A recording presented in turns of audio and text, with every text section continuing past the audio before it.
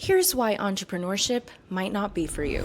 On this season of On the Brink, honest founders reveal the real, often tough side of building a business. We thought it would be easy, but it wasn't. Yeah. You solve problems, new ones come up. An investor quite unexpectedly decided not to invest. The good news is they give some great advice on how to deal with blow after blow. If a founder is working to solve a particular problem, they need to be fully committed to it. Yeah. And if they're not, it'll show. Don't ever let that moment of doubt hold you back. Turn that moment into a catalyst and energy of a journey. So what makes entrepreneurship worth all this risk, doubt, and rejection? Let's find out, starting with episode 1, season 1 of On the Brink with Georgina. She's the CEO and co-founder of Web3 healthcare data platform and Brink portfolio company, Aria Health. Number 1, there is no such thing as overnight success. I think the difficulty in entrepreneurship, and to be honest, I think this is true in much of life, is there's a big timing mismatch. So you can put in a lot of effort for things, and you can go out there and you can make things, you can build things, you can go and back and forth, and the reward comes much later. And that can be a real challenge because you really have to keep yourself energized and motivated and have that faith that all this effort you're putting in will come. And take this project that I just mentioned. In some senses, this came easy to us. They actually approached us, we got involved, but like all those stories of overnight successes, there's the overnight after the 10 years beforehand. The only reason it looked easy to us is because we've been working on this for years, building, thinking, failing, trying, networking. Then suddenly at that point where the opportunity was, we were able to walk in the door and immediately offer what they needed. That's the challenge with this. It takes time and commitment and faith to just keep going, keep building, and just keep figuring it out. Number 2, know the importance of capturing your audience. Going out for investment was a really interesting experience because you start by doing a research project in my case, then working with hospitals. We did a good job at planning with the hospitals. We made sure we found a partner from the beginning, and so we built a product to understand their needs. And then you go out to investors and they just have a completely different spin on things, different way of looking at things. They challenge you on your business model. That's one big thing. The risk sometimes with research is you're doing it almost from too much of a good place. Oh, I just want to build something, but that's not sustainable. And so you have to have that combination.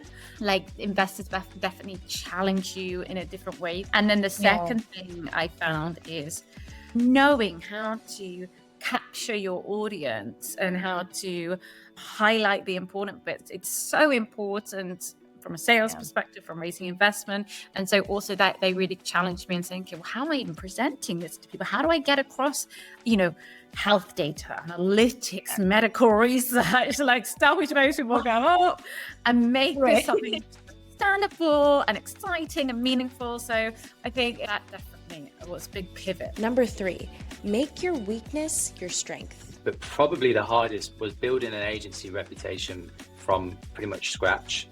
Matthew and I worked as freelance and in-house designers for about 8 years each before founding the agency. I had no former agency experience. So at first we saw this as a weakness, but now I think it's what makes us unique and increases our value. We're not bound by the ways things are typically done. We reiterate, we see what works, what doesn't, and we're constantly learning and finding new ways to improve the value to our clients that we set out to deliver. Number 4, there is value in giving back. Here on, we wanted to serve any and every startup, and we quickly realized that perhaps earlier startups were unable to afford our services, so it wasn't like a viable business model. So we moved to serving later stage startups, but it constantly bugged us that we were unable to serve them because to realize the impact that we want to, we believe serving those earlier stages is just as important.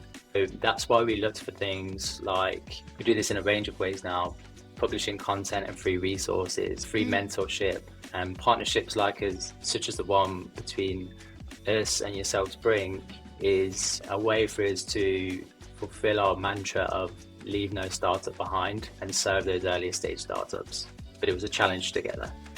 Number 5, you have to enjoy it. I think we all agree that climate justice is one of the biggest problems that our world's facing at the moment.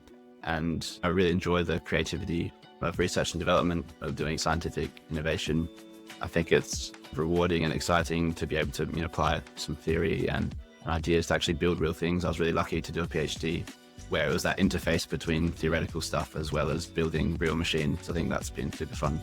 And to build things that don't yet exist it's a joy. So I think we're always relying on years of effort behind us, but it feels special to contribute to that as a job. So I feel very grateful. Number 6, start now with what you have. We built our first prototype in Rory's garage. We didn't have any funding at the time. And I remember the first vessel for our capture system, we actually went to Devon and blew it ourselves with a master glass blower. So we did a lot of things that were really fun, but very time consuming and difficult. And I think now we actually have funding, we can do things much more, a better way to do things. We get our glass delivered in 3 days from a trusted supplier now. So it's things that I also smashed that glass we made about a week later. So there's lots of things that I would do differently now, but also were really fun when we first did them. No regrets there. I think we also went out to investors quite early on. Maybe would spend more time making sure, now that I know what you need to go through that process, I would maybe make sure that I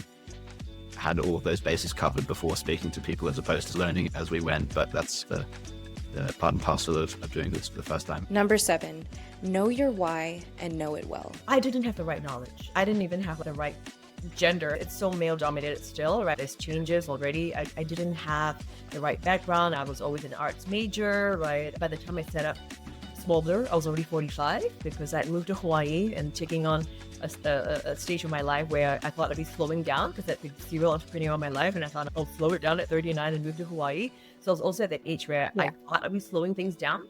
But I will say, don't allow your doubt to consume you.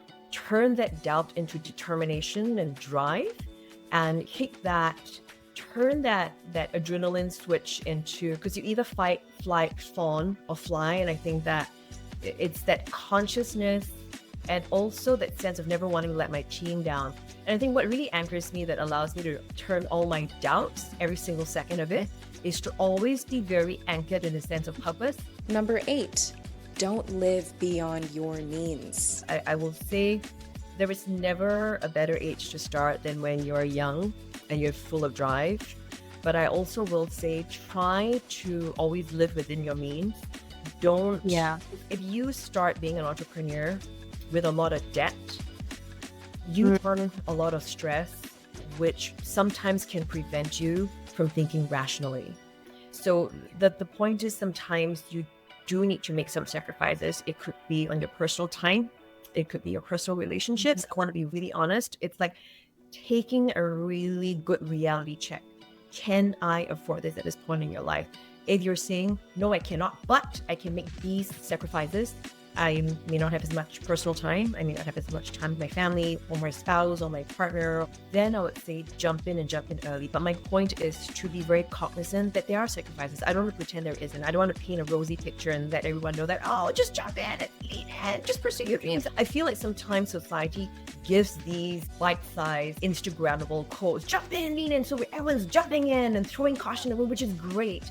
But I think there has to be a moment where you're grounded and you're looking at, okay, can I afford this? Number 9, risk is scary, but trust the process. So quitting my corporate job to become an entrepreneur, I guess, was a major risk I took. It definitely paid off. I would say I don't regret it at all.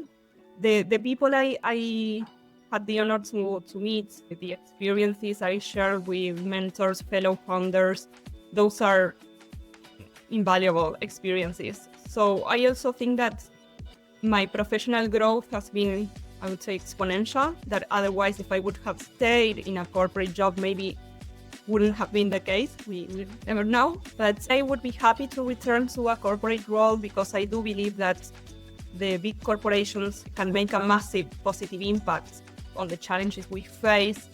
I think that now I have validated my entrepreneurial mindset, and also I have a different perspective. I'm more proactive about improving things. So overall it paid off.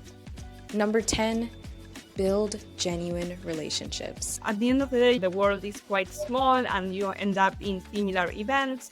It's not necessarily to attend all events for sure, but the thing is being present and not just asking for support, but providing support whenever you can. It's such bi-directional exchange. So that is important. Provide support, ask for support.